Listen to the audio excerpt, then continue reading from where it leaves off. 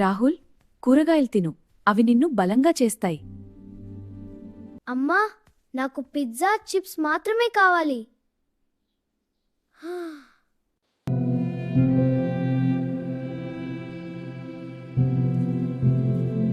రాహుల్ మమ్మల్ని తినకపోతే అవును, ఇకపై అతనికి బలం ఇవ్వం. రోగాలు వస్తే మేము కాపాడం.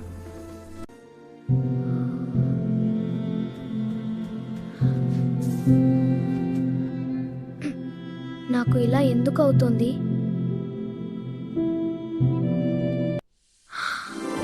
నువ్వు తినలే, మమ్మల్ని తింటేనే నీవు ఆరోగ్యంగా ఉంటావు. క్షమించండి, ఇక నుంచి మిమ్మల్ని తప్పక తింటాను.